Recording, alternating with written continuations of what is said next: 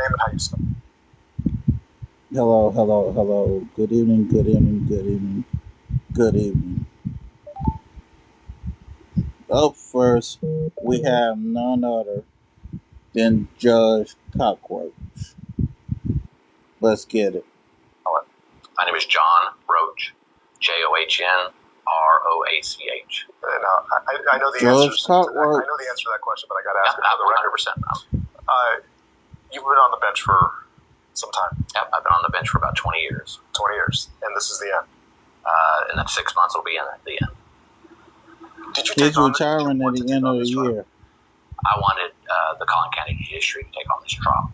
It was important to me to have somebody from Collin County preside over this Collin County case. Why this trial? I didn't ask for it. No one. Why this one? That's not how it works anyway. Yeah. I didn't ask for it, but I was certainly willing to do it because that was my duty. In your conversations with, I guess it's an administrative judge who goes, I know they go down the list and they say, all right, it's your turn, it's your turn. As they go through all the conflicts of judges that may, potential conflicts, when they come and say, John, this may be yours, your first reaction is? I'll take it. Every time. I think it's my job. It's my duty. That's what I was elected to do. Yeah. That's the oath that I took. And I'm going to do my job. No consultation with your family? Or None. No. Nope. And where does that come from? I don't know. I think it's just duty. I think duty, whether that's duty in the Marine Corps or just duty to my family and stuff, I take duty really seriously. And I took this job to perform that duty. And if that's what I had to do, that's what I have to do. Did you fully at the time grasp the enormity of that decision and the outside stuff? I don't know. I think in some ways I did. I think in other ways I didn't. I certainly knew it was very, very important case within our community. I didn't think I realized the enormity of the social media and the media during the trial. How long have you been prepping for this trial? I've been prepping for this trial with the department, with the Collin County system, with the sheriff's office, and everybody for about 8 months. Is that the longest you've ever had to prep? 100%. Why? Logistics. One of the critical pieces of this case were we had minors who were testifying. Prior to me getting the case, we had some of those witnesses doxxed and swatted and revealed on social media. I didn't want that to add to the already traumatic event they've been through, and I didn't want them to change their testimony or be uncooperative with people trying to call as witness out of fear.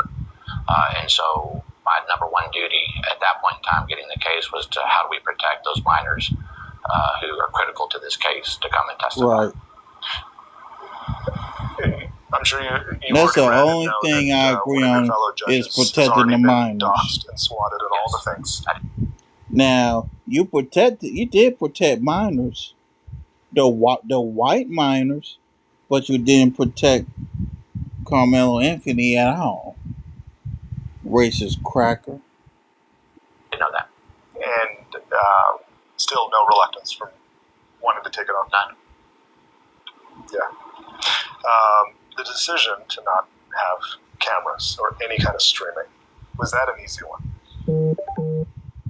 Yes.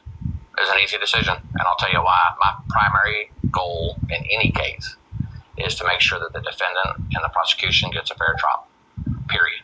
I have seen from other cases around the country where cameras in the courtroom changed the way that the judge acted, the lawyers acted, some of the witnesses acted, and we were not going to have that here. We were going to really isolate the purpose for which we were here for. No, it's the word he used, isolate. Cameras in the courtroom did not enter into that equation at all. How much grief did you get from people around you about that decision? I don't know. I don't listen to it.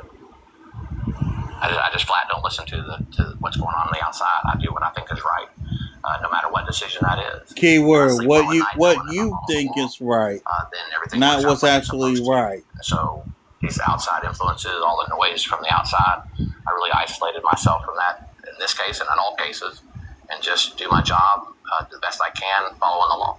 Mm-hmm. How do you think we're talking with the attorneys, other attorneys outside of this. How do you think they describe you?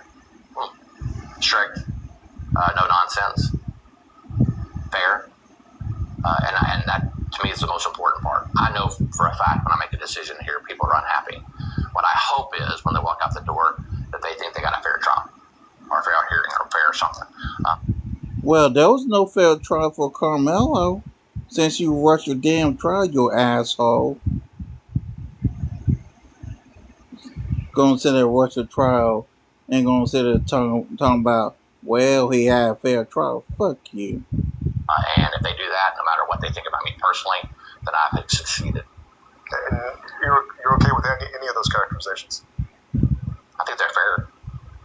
Yeah. I hate to have to ask about stuff that emerges on social media, but I have to ask it. And I know you don't know of any of it because you're not on social medias. I'm on it. I mean, I'm an elected official, so I have a Facebook page and stuff. Do I look at it? Do I monitor it? Do I let it impact me? None. Not at all. So I have to ask, do you have a personal relationship with the Metcalfs? I wouldn't know Mr. Metcalf prior to this trial if he walked up to me and said hello. I don't know. We don't believe you. I sympathize with the Metcalfs. We don't believe you. But I don't know them personally. Notice he says, I sympathize for the Metcalfs, but I don't know them personally. Which, again, according to the police report and according to the witnesses, Austin was the aggressor. The end. Never have. So these AI images emerging of you and them at a party or drinking together. Never have. And that's the problem with social media, isn't it?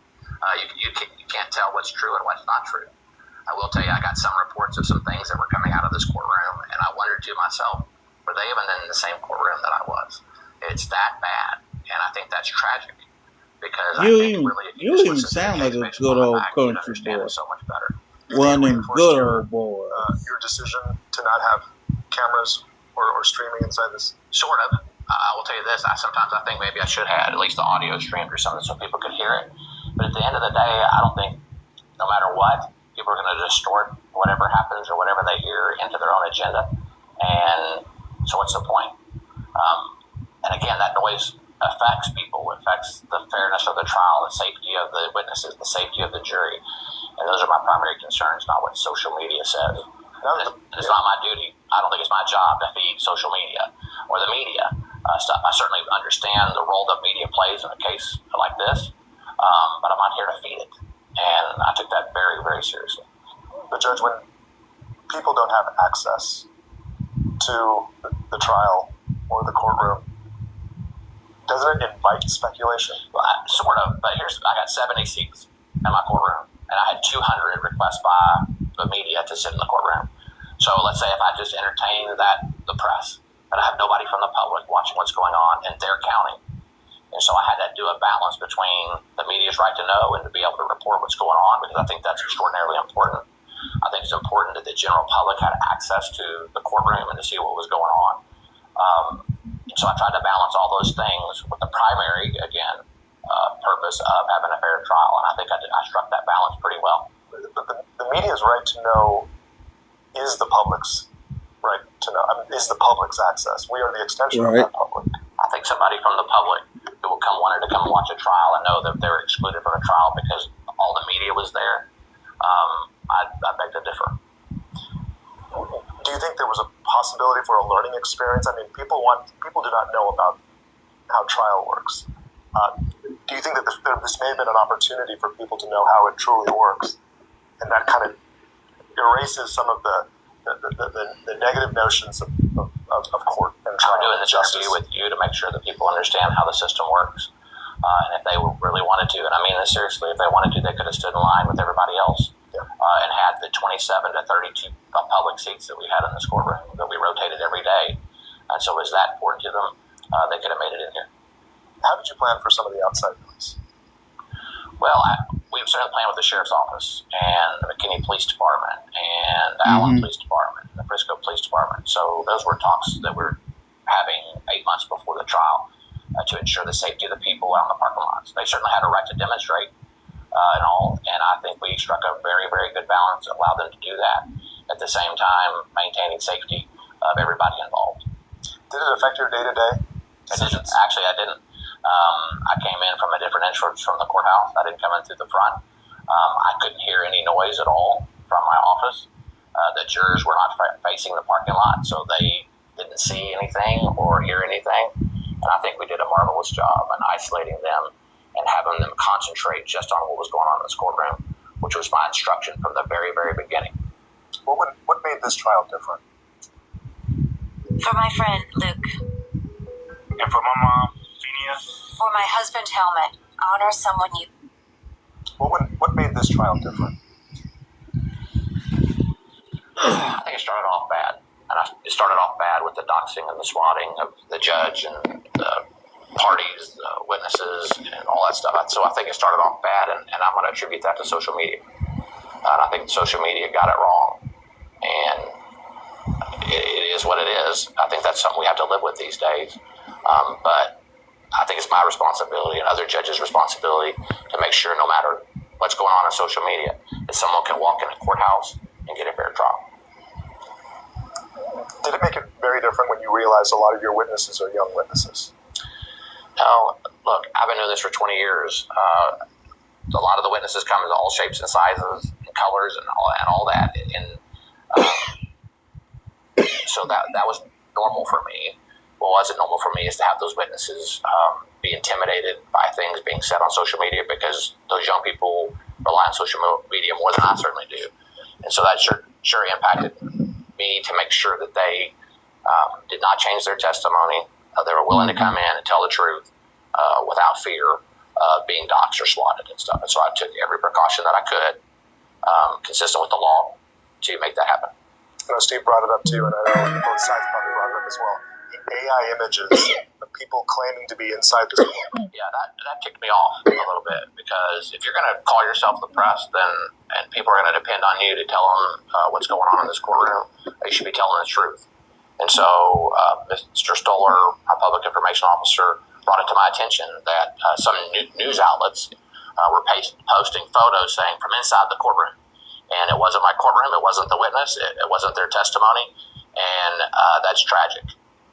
Because, again, that just breeds the narrative that these people want to cultivate in our community to drive a wedge between us. And I think that's terrible.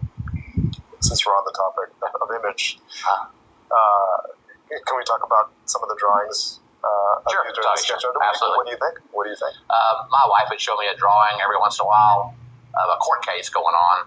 I couldn't figure out who the judge was.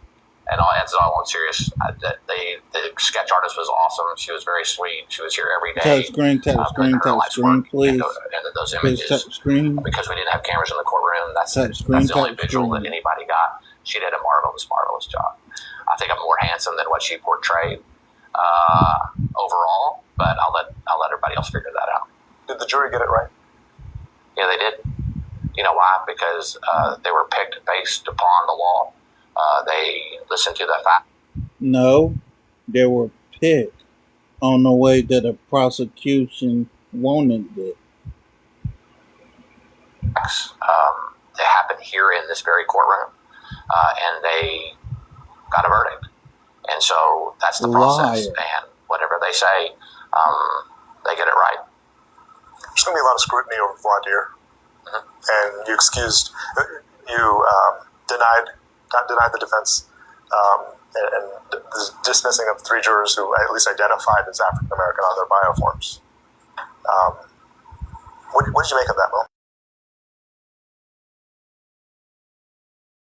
The defense raised an objection. They raised an objection, yeah. They have raised an objection. Like I told you before, as long as I follow the law, I sleep well at night. And I'm telling you, I follow the law in that case. Did I know what the perception was going to be? Sure. I knew in the back of my mind what the perception was going to be. But I'm not here to satisfy perceptions. I'm not here to satisfy agendas.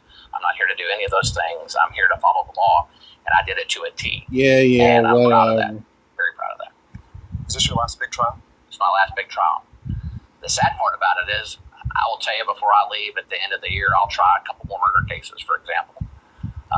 The parking lot won't be full. The gallery won't be full of people watching the case. But we still have somebody who's died and someone accused of doing the killing. And it won't draw the attention that this case did. And their death is no less tragic than the tragic death of the young man in this case. And so, big trial, I guess, from an outsider's perspective, and the social media and the media interest in the case.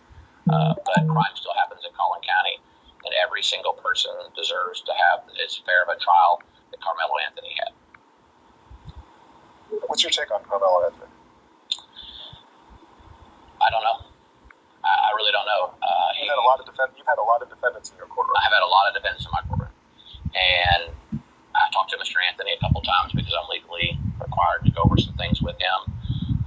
He seems like a nice young man who committed a crime, and he understands today, more than any day before today, the consequences of committing a crime like he did. Last question. Yes, sir. The future of the justice system. Imagine reclaiming 8 hours every single week. Starting now. Clinicians, this is for you. What do you think about it when you realize you have all these social media influencers and citizen journalists? I don't know. I hope that the judges that hear cases, period. I was about to say high-profile cases, but that's not it. It's just any case. Realizes the importance of their job, and their job is to be fair to the state and to the defendant, and to protect the people that come before them and make just and right decisions based upon the law. And we can do that. That's great. The influence of social media, I think, is going to continue to impact our communities everywhere. And I hope that we can rely upon our justice system to weed through the noise and find justice for everybody who comes through our doors. This is a personal question I wanted to ask you. Sure. Do you understand why the legitimate media had to be a pain in your ass? Legitimate media. There's this guy named Jobin, who I think was probably the worst of all of them. And no, I didn't understand how he could be that way. Look, I absolutely understand the media's role in all this. I mean, it's the First Amendment for a reason. It is absolutely the First Amendment for a reason. But at the same time, a defendant has a right to a fair trial, and the prosecution has a right to a fair trial. That's also in the Constitution. And so you just have to balance all those interests. And I'll honestly say, I think I balanced it well.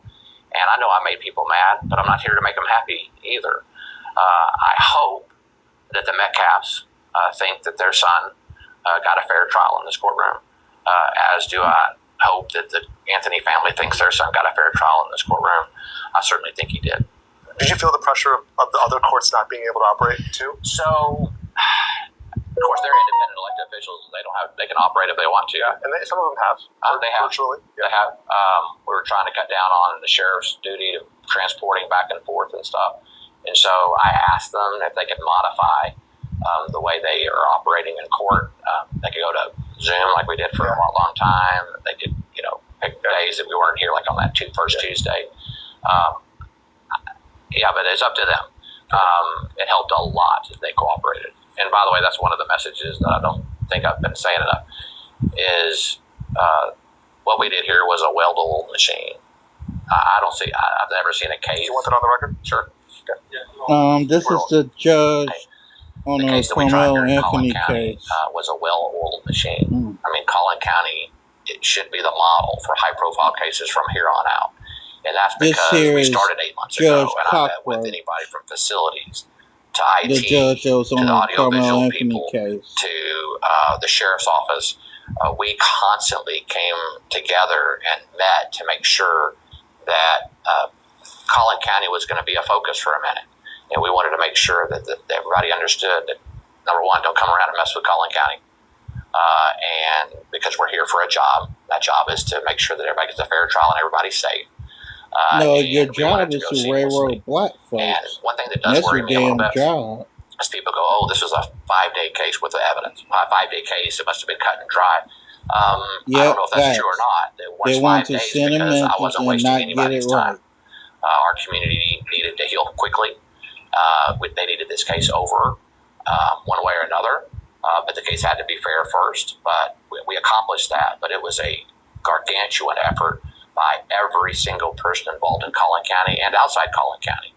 And so we're very, very proud of our county, all of our employees, all of our elected officials, all of our judges, everybody in getting this case tried quickly because our community needed it to heal. Thank you, Judge, for talking with us. Sure. Have you ever heard an old song that you really want to sample? Thank y'all for being here for the short little clip. I pray and hope see y'all again soon. Peace.